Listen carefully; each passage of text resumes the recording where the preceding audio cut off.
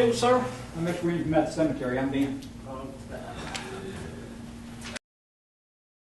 I pledge allegiance to the flag of the United States of America and to the republic for which it stands, one nation, under God, indivisible, with liberty and justice for all.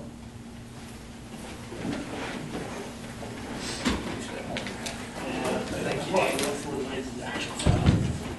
Are there any additions or deletions to the agenda? No, sir. Is there a motion to approve the minutes from the June 30th business meeting? So moved. Second. All in favor? Aye. All right. Gentlemen, tonight we have a citation from Mr. Timothy Dayton of the Western Volunteer Fire Department. He was awarded a very prestigious award last month in Ocean City. Come on up.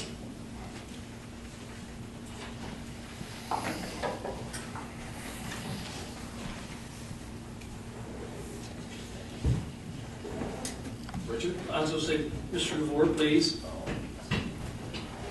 I'm sorry, I couldn't have one switch back there. Oh, we wanted to. Mike wouldn't have had a suit on, I wouldn't have known who was who.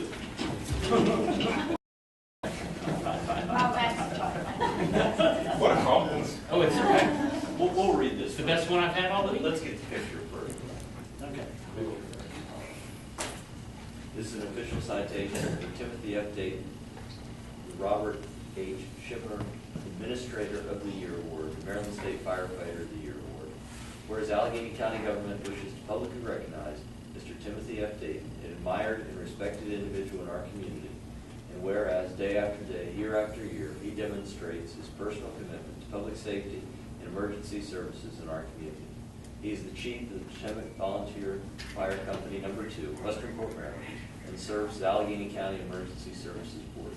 Overall, Mr. Dayton has been an ardent and exemplary volunteer for over 30 years. Whereas Mr. Timothy F. Dayton was honored to receive 2 prestigious awards at the Maryland State Firemen's Association Annual Convention, 2016 Robert H. Schimmer Administrator Award, and the 2015 State Firefighter of the Year Award. And whereas Mr. Dayton is a distinguished citizen and outstanding representative of Allegheny County, and that's signed Creed Brody, Jake Shea. Congratulations.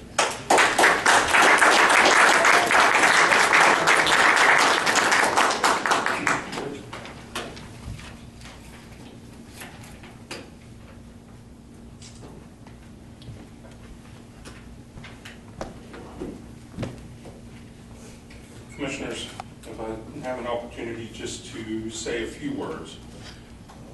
First, I will say that you're standing next to a very humble man who was not so much in favor of all the limelight, but certainly these 2 prestigious awards coming back to Western Maryland, and particularly Allegheny County, really shines well for the volunteers that we have in this county protecting us every day. The 2 awards that Chief Dayton has received, the first, the Schimmer Award, of course named after Westernport native Bob Schimmer, who was very active in the fire service over a number of years, and from firsthand knowledge, I know specifically was a mentor of Chief Dayton. So I know that brings as well as State Fireman of the Year, because that is truly a prestigious award, because that's an award that is competed across the state through the 300 plus member companies of the Maryland State Firemen's Association. I've known Chief Dayton for 30 plus years. He's become a very dear friend of mine, but he's also been a comrade to work to improve the fire service in Allegheny County. If asked to describe Chief Dayton, I would probably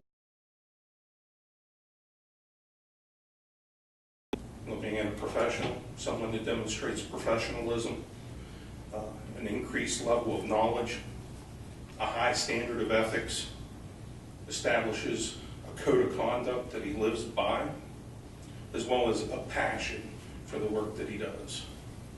And not only has he demonstrated that passion and all those characteristics, but we see that he's passed that on to the next generation of the fire service in his son.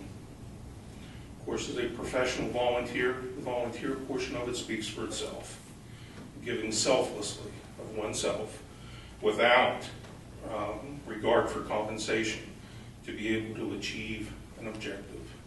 And Chief Dayton has done this over the 30-plus years that I know him. Without a doubt, Maryland State Firemen's Association could not have picked a better representative to be able to receive these two prestigious awards. With that being said, I think it would probably be appropriate if we actually heard from Chief Dayton. Please.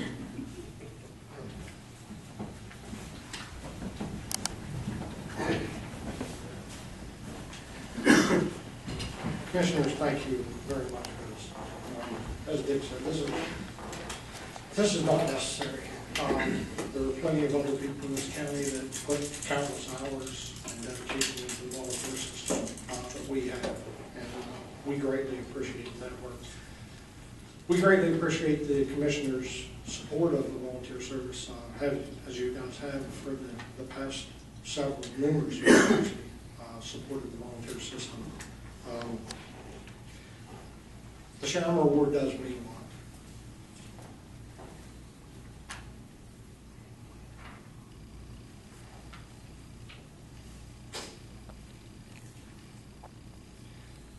Bob was a good friend of mine. He's actually probably the one that kind of nudged me in this direction 35 years ago. I got the opportunity to travel throughout the state with him and got to know some very nice people, made some very nice friends, and I can't thank him enough for that opportunity. Again, Commissioners, thank you very much. And like I said, this was not necessary.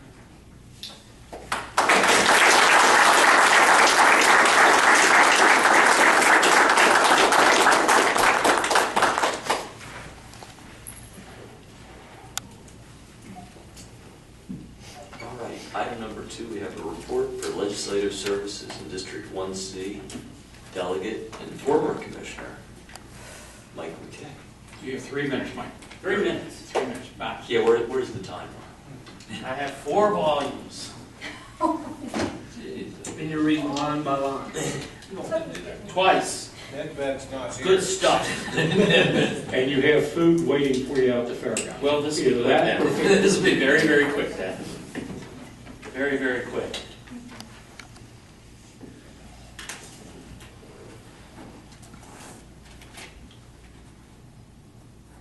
I think 2 minutes are up right now. I got it there, Paul. On that ball. You get another one too there. Thank you. I'm a fraud. I think we discussed that on the radio, didn't we? Commissioner President, Jake Shea, fellow commissioners, thank you for this opportunity.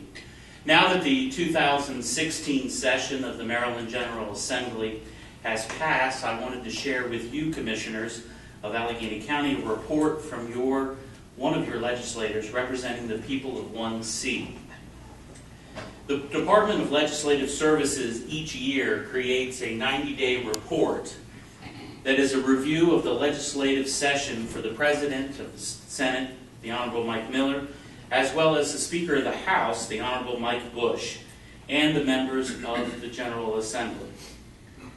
Allegany County is equally important to me, and therefore I've created a similar report for District 1C. Now, this 90-day report contains the status of legislation of 103 bills either sponsored or co-sponsored by myself as one of your representatives in Annapolis. Each week during the session, I post my votes from the floor to include each third reader vote taken by me. That is the final vote on every single bill. I have enclosed on how I have voted and the results of each bill, as well as a synopsis of that bill. My goal during the session and here today is to encourage all to participate in open and transparent government and to be accountable by posting all of this on social media in real time. I hope that this will encourage others to follow my lead, engage in all of the conversations, contribute and weigh in on matters to District 1C, Allegany County, and the state of Maryland.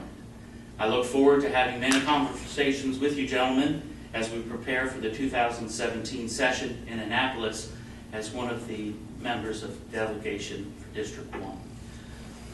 So gentlemen, I have one for each.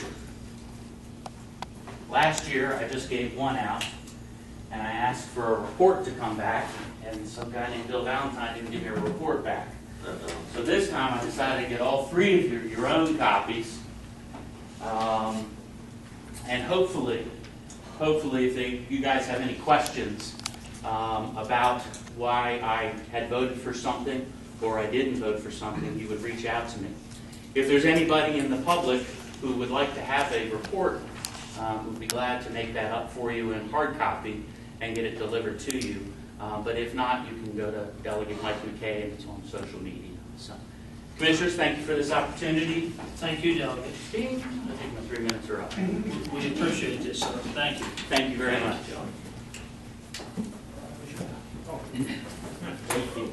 Item number 3, Mr. Dorsey, is a text amendment to the LaVale zoning ordinance.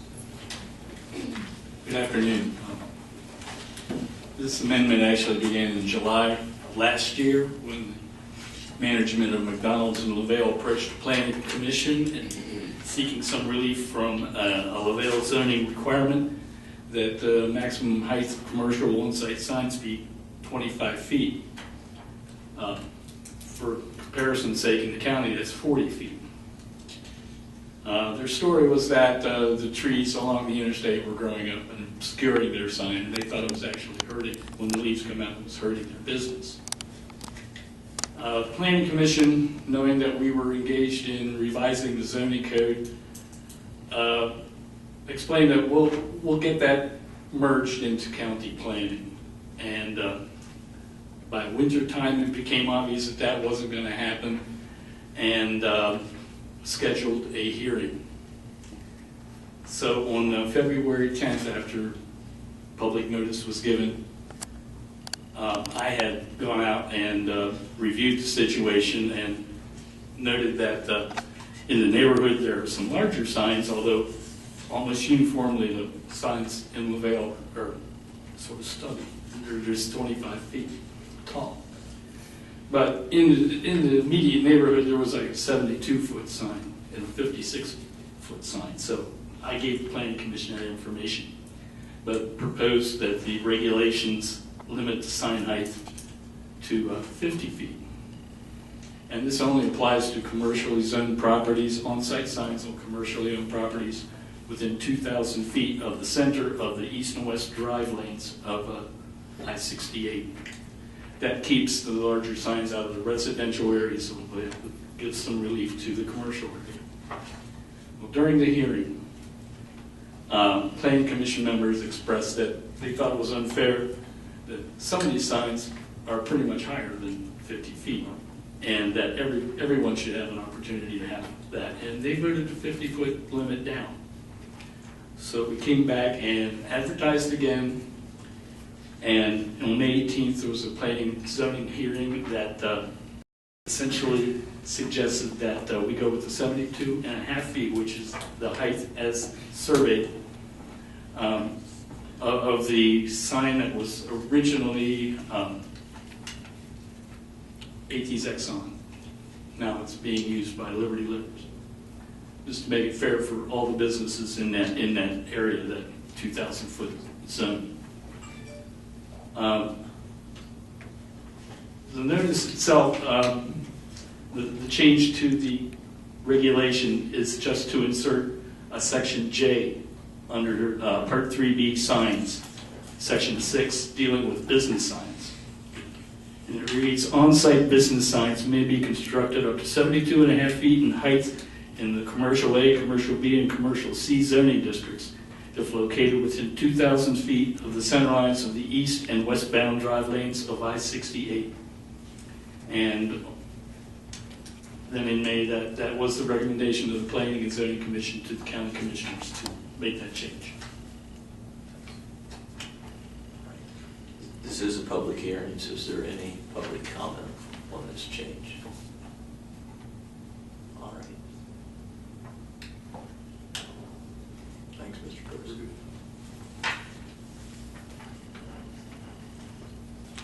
Back again. Item number 4 is our open space annual spending plan.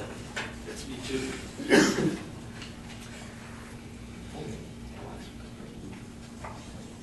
Okay.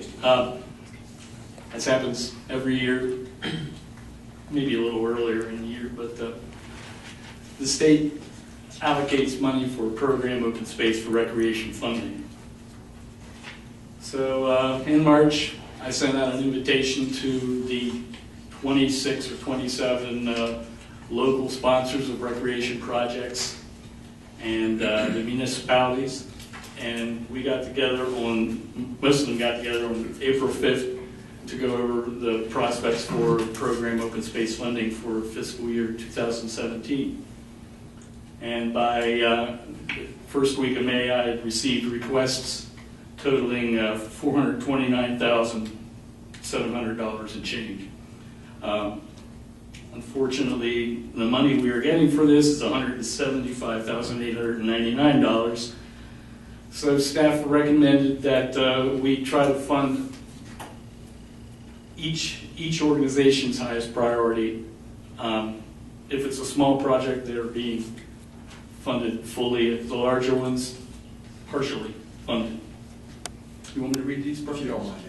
Okay. City of Frostburg requested $2,520 for a community park pool roofing project. City of Cumberland, $32,400 for fencing into Constitution Park tennis courts. Town of London County, $2,700 for community park basketball equipment. Town of Barton, they requested $22,500 for meadow ball field improvements. That staff recommendation was $10,000 towards that project. Similarly, the town of Midland required $27,000 for Church Street Playground Pavilion project. Staff recommended $10,000. Bell Elementary School PTO requested a $101,000 project. Staff recommended that project can be phased into multiple phases, and phase 1 would be $58,000. Crescenttown Civic Improvement Association requested $56,000. Staff recommended $45,000. Town of Westernport, Maryland Avenue Playground Rubberized Mulch requested $20,610, and the staff recommended $15,000, and we have like $200 left to play with. Commissioners and David, correct me if I'm wrong, but what we're talking about here is what Allegany County receives as half of 1% of the state transfer tax. Over the years, the state of Maryland has pirated those funds and taken them away from the traditional POS program that we're operating under today.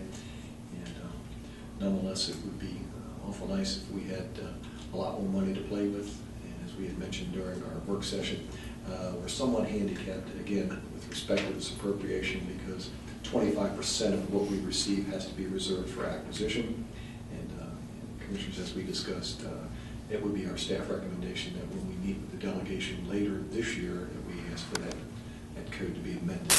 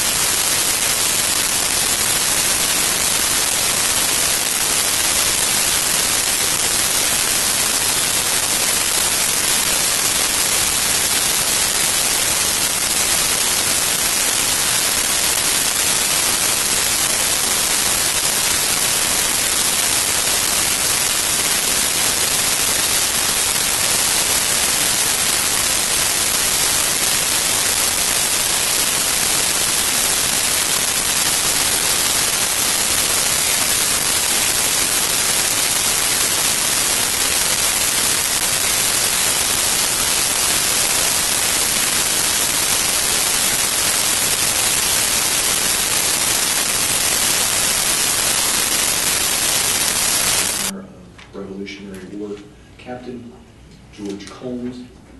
Item number 2 is a declaration of property in 2 locations in Westernport, one in LaVale, as a result of a recent tax sale. And item number 7 is a motion to approve the acquisition of a Bobcat excavator to support the county's Department of Public Works. Is there any discussion? I'll make a motion to accept the consent agenda. Second. All in favor? Aye. Thank you. Mr. Everly. Commissioners, I have 3 items here briefly, if you would indulge me, and just a reminder that tomorrow evening and Saturday evening at 7:30 in Constitution Park, the Cumberland Theater is putting on a production of 1776. Both of those concerts are free to the public and are being offered free to the public because of action that you took here a few months back to designate some additional money to the Cumberland Theater to support this special event. Commissioners, I'd like to take this opportunity now to present to you a draft set of guidelines for the county's community enhancement program. Mr. Levitt, who couldn't be with us this evening, most of the lifting on this exercise, and I do have copies for folks who may be interested in the press down the road. But what we have here is a multi-page document that outlines a proposal which we talked about in our public works session 2 weeks ago. And we think this is the start of a program that could go a long way to assist our municipal partners in dealing with issues related to blight and commercial revitalization.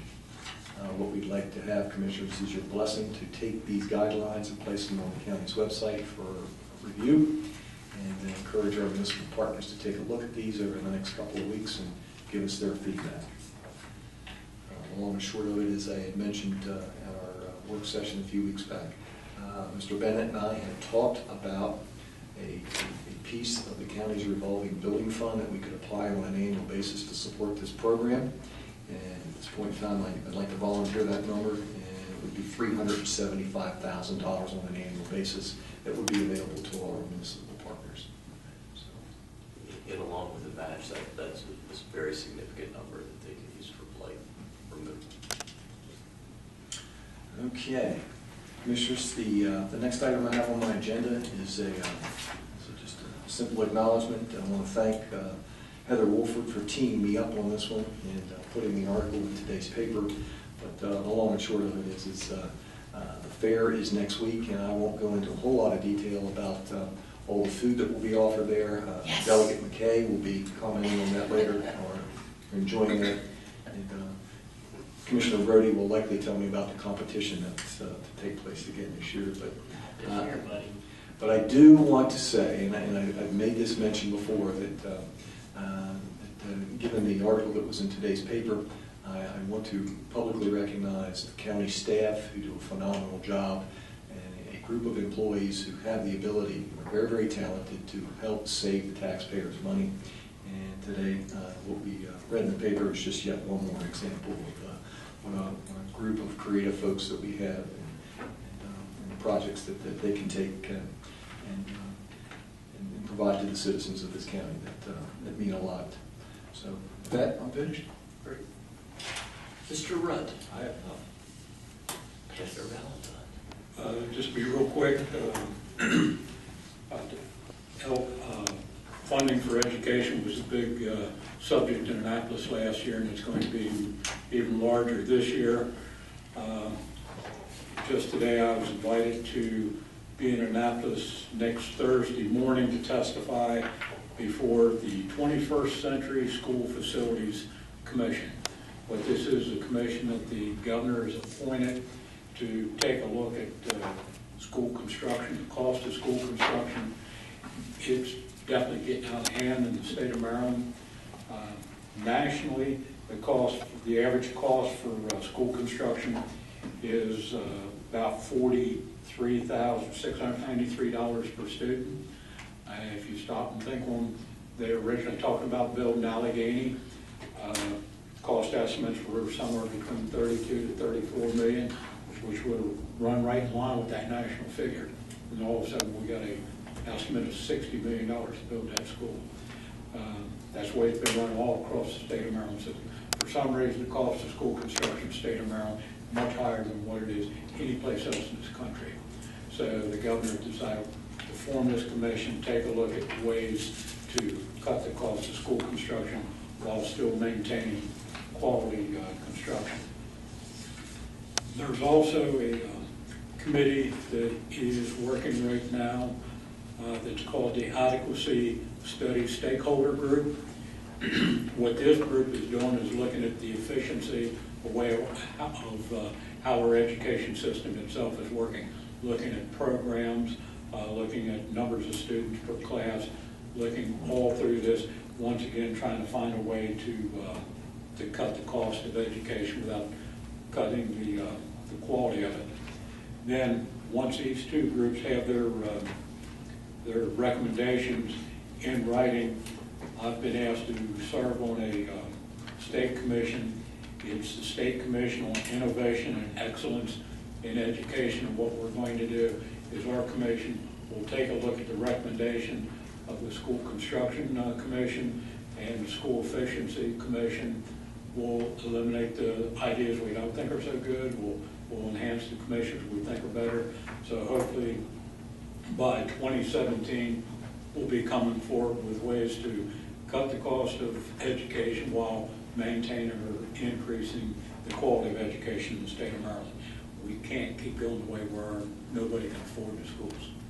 So that's it for me. Great, thank you. I'll keep it short because I have another meeting. Boy, it's a shame of 6 years in office, and when we had to fill those things out when we went into office of things we could serve on and this and that for the governor. When I put my list of things down, I have never been contacted, ever, to serve on nothing in the mining or regulation or the timber industry, or nothing that actually makes money in this state, because I would love to be asked to sit on such a board to get this state back in business. But that being enough said, so since getting wound up tonight, Tim, thank you very much. You do deserve that honor. I know you are very humble, but I know there's also several people behind you from another fire company of goodwill that agree with that also. This is a very big honor for me tonight to have so many people honored and hear from the Georges Creek region. So, Tim, thank you. You are most deserving. And I want to shut up because someone I think of very much of is wanting to speak tonight. So I want to hear what she has to say before I got to run off. Will do. And Creed, I thought you were offered a position on President Obama's EPA Advisory Commission. Or maybe that got lost in the mail. I'm not sure. Yeah, I'm sure I got lost in the mail. But actually, Creed is on Trump's short list for the announcement tomorrow. For Boy, we'll have lots of money because all the money they've been dumping in the EPA will spend somewhere else. So. They'll be running for cover. Real quick, Tuesday night we had a end-all violence rally. It was supposed to be held at the courthouse, but they ended up having it at Emmanuel Episcopal Church, and it was just a really great event. There were members of the clergy, the NAACP, myself, Commissioner Valentine, some other Delegate McKay, some other political figures.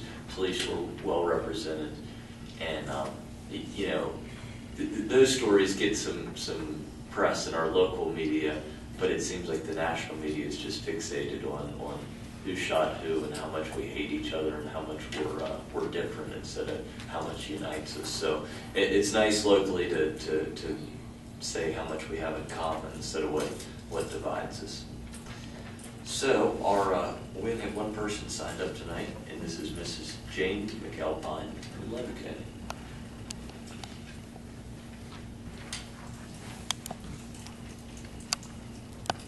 Thank you very much. I've already talked to quite a few people in this room. I'm talking on behalf of the Goodwill Fire Company in Allegany and the auxiliary, and it has to do with the Blight Santoy Theater that sits on Main Street adjacent to the fire company's hall where we have our dinners. I understand through various conversations with Aaron and the town loan company the other night at their meeting that there may be some kind of way we can all work together for some kind of funding to start this. Right now, the fire company has set up what's going to be a temporary wall so nobody can park there because the bricks are falling. I have talked to the owner several times. He does want to get rid of the building. He wants no part of it anymore, but the thing of it is, he wants the fire company to be able to use it for access for parking for the hall. But he's willing to do a letter and send it. We were told from the state of Maryland that the only way that could be done was if the town actually owned it and they could have a removal and then deed it back over to the fire company. But I know for a fact that the town of Allegany does not want to own that property just to tear it down. The bad winter we had really shifted more of the weight to the inside of the building, and now it's starting to lean. I don't know what you all can help us do. I'm hoping something before somebody actually, I used to say gets hurt, but now it's to the point I think somebody, if it starts to fall, somebody's going to be killed. And there are homeowners on the side of that building also that I'm afraid is going to come over to the side. I did talk to Jake at one time too about it. I did have a girl call me today and say it's not just the side now, they're starting to come out of the front of the building on Main Street there. So whatever direction we can go, I'm willing to work with you all to see where to go from here. Jane, and after the meeting's over, could you have a word with you and Aaron together while you are here? Sure. I think maybe we can, I think maybe Dave would like to, might be able to shed some light somehow here, the way we can work together. Yeah, we're walking around his What was birthday the- last year. Last time the sand toy was opened, you Alex, remember? Was I have no idea. I know we snuck to a lot of movies there in the 70s, so after that, I guess, Yeah, as it wasn't open. I I graduated in '71 and it closed up shortly after. I told Dave earlier, I can remember it when I was a kid, but not too much Yeah. beyond that. Yeah, it had to be like after we graduated because we were still going to the movies down there in Westall, so. Now that you know how old we are, thanks. Well, we agree it is a problem and it needs to be dealt with. It is very much a but, problem. I think that there may be a way here that I think we can get it worked out. Okay, thank you very much. All right. Thank you. Thank you all. Concludes our meeting. Our next public business meeting will be Thursday, July 28th at 5 o'clock. Thank you.